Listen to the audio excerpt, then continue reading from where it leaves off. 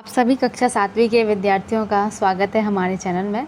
आज के इस वीडियो में आपके लिए लेके हैं पाठ 10 अध्याय 10 विद्युत धारा और इसके प्रभाव। इसके पहले की वीडियोस अपलोड कर चुके हैं, अगर आपने नहीं देखे हैं तो जल्दी से जाके चैनल पर देख लीजिए।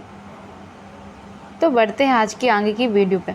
देखिए यहाँ पे कुछ शब्द दिए गए हैं, निम्नलिखित शब्दों का प्रयोग कर उचित बॉक्स में लिखो। चाबी, रबड़, स्केल, कांच की छड़, लकड़ी और भी है कुछ पर दिख नहीं रहा। देखिए लकड़ी की स्केल एंड पानी। तो देखिए विद्युत रोधी, विद्युत चालक और विद्युत रोधी ऐसा लिखना है। तो विद्युत रोधी मतलब जिसमें से विद्युत जो करंट है जो पास नहीं होता है। विद्युत चालक जिनसे करंट पास हो सकता है ना। विद्युत रोधी जिनसे करंट पास नहीं हो सकता, ठीक है। तो रबड़, देखिए आपने सुना होगा घर पे कि अगर बिजली का कोई काम कर रहे हो तो रबड़ की चप्पल पहन लो, क्योंकि रबड़ से जो है करंट पास नहीं होता है। इसलिए जो रबड़ है वो विद्युत रोधी कहलाता है। विद्युत चालक, चाबी विद्युत की चालक होती है। विद्युत रोधी लकड़ी की स्केल, किसी को करंट लगता है तो हम लकड़ी से डंडा मारते हैं, क्योंकि लकड़ी में करंट प्रवाहित नहीं होता है ना, इसलिए। विद्युत चालक पानी में आपने देखा करंट फैल जाता है ना। तो विद्युत चालक, पानी विद्युत का चालक है। जो शुद्ध जल होता है वो विद्युत का चालक होता है ना। फिर विद्युत रोधी कांच की छड़ और विद्युत चालक स्केल। अपने साथी से चर्चा करो, वाक्य में लिखो, वस्तु को निम्न सारणियों में उचित स्थान पर लिखो। जिन पदार्थों से होकर विद्युत धारा प्रभावित हो सकती है वे विद्युत चालक कहलाते हैं।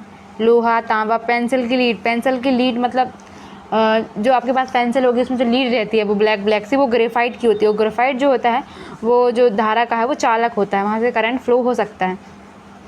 विद्युत रोधक है वायु, प्लास्टिक और लकड़ी। रिक्त स्थानों की पूर्ति कीजिए। देखिए पहला एक सुरक्षा युक्ति है, तो फ्यूज एक सुरक्षा युक्ति। आपके घरों में भी फ्यूज लगा होगा, है ना।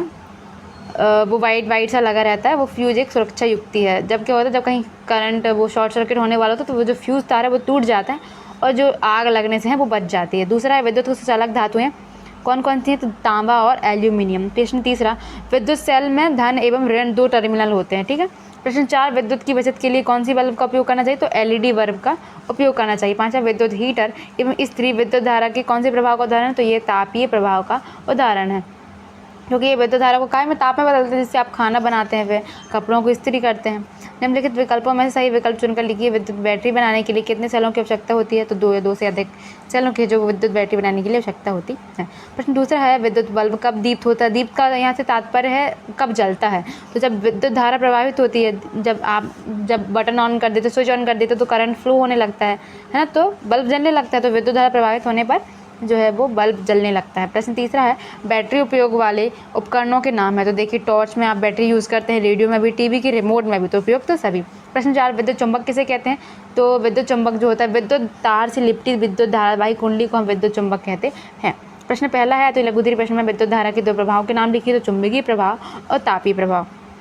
फिर प्रश्न दूसरा है, विद्युत बैटरी का उपयोग कहाँ कहाँ किया जाता है, तो विद्युत बैटरी का उपयोग टॉर्च, ट्रांजिस्टर, खिलौने, टीवी, रिमोट आदि में किया जाता है।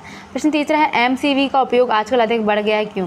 एमसीबी, यहाँ पे एमसीडी लिखा पर एमसीबी आप भी लिखिएगा।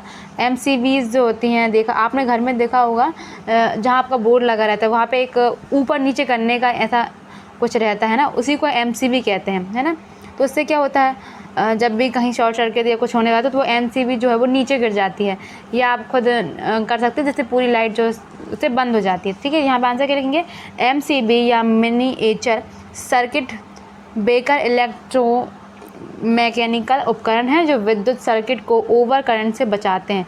जब मान लीजिए कभी ओवर करंट जो होता है ना, जो जिससे आग वगैरह लग सकती है, या कभी ज़रूरत से ज़्यादा करंट जो है वो यूज़ हो गया तो वो एमसीबी अपने आप गिर जाती है ना। ये घरों की सुरक्षा के लिए ही लगाई जाती है। प्रश्न 4, हमें आईएसआई चिन्ह वाले विद्युत उपकरणों का उपयोग क्यों करना चाहिए, तो उत्तर रहेगा आईएसआई चिन्ह जो है एक प्रमाणक चिन्ह है जो उन उत्पादों को दिया जाता है जो विद्युत उपकरणों का सुरक्षा और गुणवत्ता के लिए परीक्षण किया जाता है। मतलब कोई भी प्रोडक्ट यदि कंपनी बनाती है इस विद्युत उपकरणों से रिलेटेड, तो उनका चेक होता है, जिनकी क्वालिटी अच्छी होती है उन्हें यह आईएसआई चिन्ह दिया जाता है। प्रश्न 5, उपरोक्त चित्र को देखकर विद्युत परिपथ में यदि विद्युत बल्ब का तंतु टूट जाए तो क्या बल्ब दीप्त होगा, यानी कि बल्ब क्या जलेगा अगर तंतु टूट जाता है, जिसमें फिलामेंट लगा रहता है अंदर की ओर। तो यदि विद्युत बल्ब का जो तंतु है वो टूट जाए तो बल्ब नहीं जलेगा, क्योंकि उसमें विद्युत धारा का प्रवाह रुक जाएगा। इस स्थिति में परिपथ पूर्ण नहीं होगा। लघु उत्तरीय प्रश्न शॉर्ट सर्किट से आप क्या समझते हैं, उत्तर लिखिए। तो विद्युत परिपथों में अत्यधिक विद्युत धारा प्रवाहित होने का एक कारण विद्युत तारों में परस्पर सीधा संपर्क हो जाना है। ऐसा टूट फूट अथवा तारों के विद्युत रोधन के हटने के कारण हो सकता है। इससे लघुपतन शॉर्ट सर्किट हो जाता है।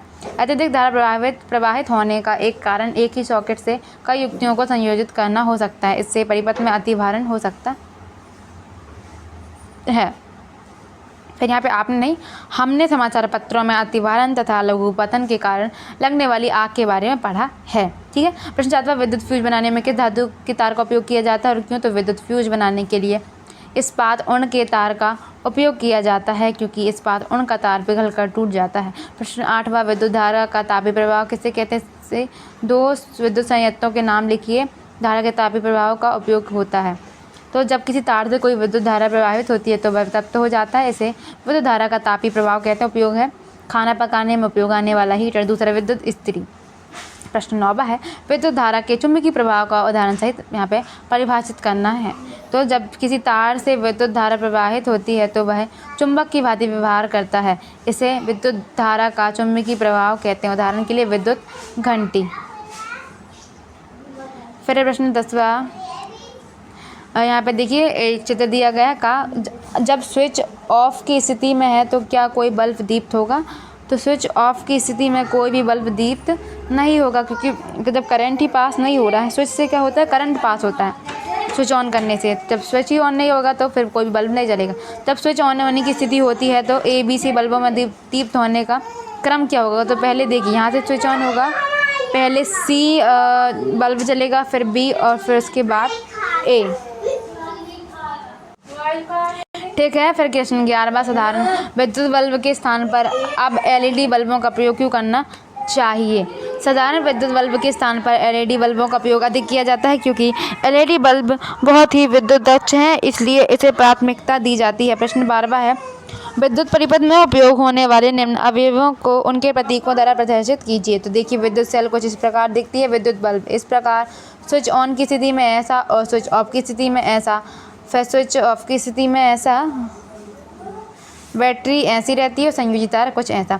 उपयुक्त अवयवों का उपयोग करते हुए परिपथ आरेख बनाई जब स्विच ऑन में हो, जब स्विच ऑफ स्थिति में हो। तो ये देखिए ये है परिपथ, स्विच ऑन की स्थिति में ऐसा, स्विच ऑफ की स्थिति में ऐसा। स्विच ऑन की स्थिति में जो है वो ये दोनों टर्मिनल जो है वो जुड़े होंगे और जो बल्ब है वो जलेगा।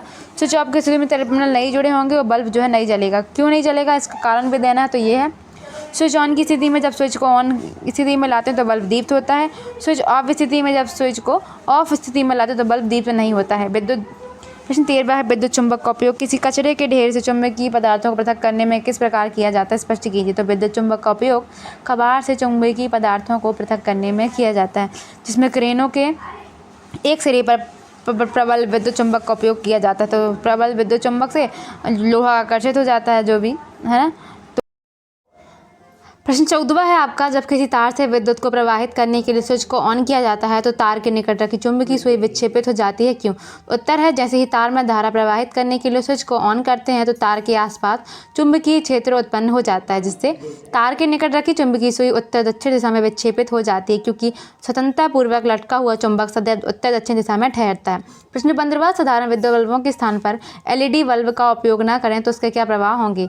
तो यदि हम साधारण बल्बों के स्थान पर LED बल्ब का उपयोग नहीं करेंगे तो क्या होगा? बिजली बिल अधिक आएगा, समान बल्ब गर्मी ज़्यादा पैदा करते हैं और प्रकाश कम देते हैं। प्रश्न 16वां है, विद्युत घंटी का परिपथ बनाते हुए उसकी कार्यविधि समझाना या विद्युत धारा के किस प्रभाव पर कार्य करती है? स्पष्ट रूप से लिखिए। तो विद्युत घंटी जो है विद्युत धारा के चुंबकीय प्रभाव पर कार्य करती है। ये है विद्युत घंटी का मॉडल और उसका परिपथ। फिर प्रोजेक्ट 1, आप अपने दैनिक जीवन में कौन कौन से विद्युत उपकरणों का उपयोग करते हैं तालिका में लिखना है। तो पहला है बल्ब, दूसरा है पंखा, तीसरा विद्युत प्रेस, चौथा है हेयर ड्रायर, पांचवा गीजर और छठा मोबाइल। फिर अपने घरों में बिजली की बचत के लिए आप क्या क्या उपाय करेंगे? तो पुराने बल्ब की जगह CFL बल्ब का उपयोग करेंगे, दूसरा स्विच बंद करके रखेंगे, तीसरा दिन में नेचुरल लाइट का ही उपयोग करेंगे। प्रोजेक्ट 2 है, यहाँ पे आपको बिजली संबंधित उपकरणों की कार्यप्रणाली समझाना। तो देखिए पहला MCB में सेंसिंग एलिमेंट लगाए जाते हैं, यानी कि एक इलेक्ट्रोमैग्नेट, उसमें सिलेंडर और पिन होती है। MCB एक सेल्फ ऑपरेटेड इलेक्ट्रिक स्विच है जो ओवरलोड या शॉर्ट सर्किट के दौरान ऑटोमेटिकली सप्लाई को ब्रेक कर देता है। फिर एलईडी, एलईडी को हिंदी में प्रकाश उत्सर्जन डायोड कहा जाता है। यह एक प्रकार की अर्धचालक उपकरण होता है जो कि प्रकाश का उत्सर्जन करता है। इसके उपयोग से बिजली की बचत होती है। टेस्टर, टेस्टर में एक मेटालिक रॉड होती है। इसके बाद होता है रेसिस्टर, फिर अगला पार्ट होता है नियॉन बल्ब यानी लैंप, फिर होता है स्प्रिंग और अंत में लगा होता है मेटेलिक कैप। मेटेलिक कैप को ही टच करने में बल्ब जलता है। स्विच है, फिर स्विच, विद्युत स्विच एक सरल युक्ति है जो विद्युत धारा के प्रवाह को चालू करने या रोकने में काम आता है। स्विच को ऑन करने पर बल्ब जलता है तथा ऑफ करने पर बल्ब बुझ जाता है। तो ये थी आज की वीडियो पसंद आई हो तो वीडियो को ज़रूर लाइक कर दें, चैनल को ज़रूर सब्सक्राइब कर दें और अपने दोस्तों के साथ जल्दी शेयर कर दीजिए। तो थैंक्स फॉर वॉचिंग, मिलते हैं अगली वीडियो पे, तब तक के लिए धन्यवाद।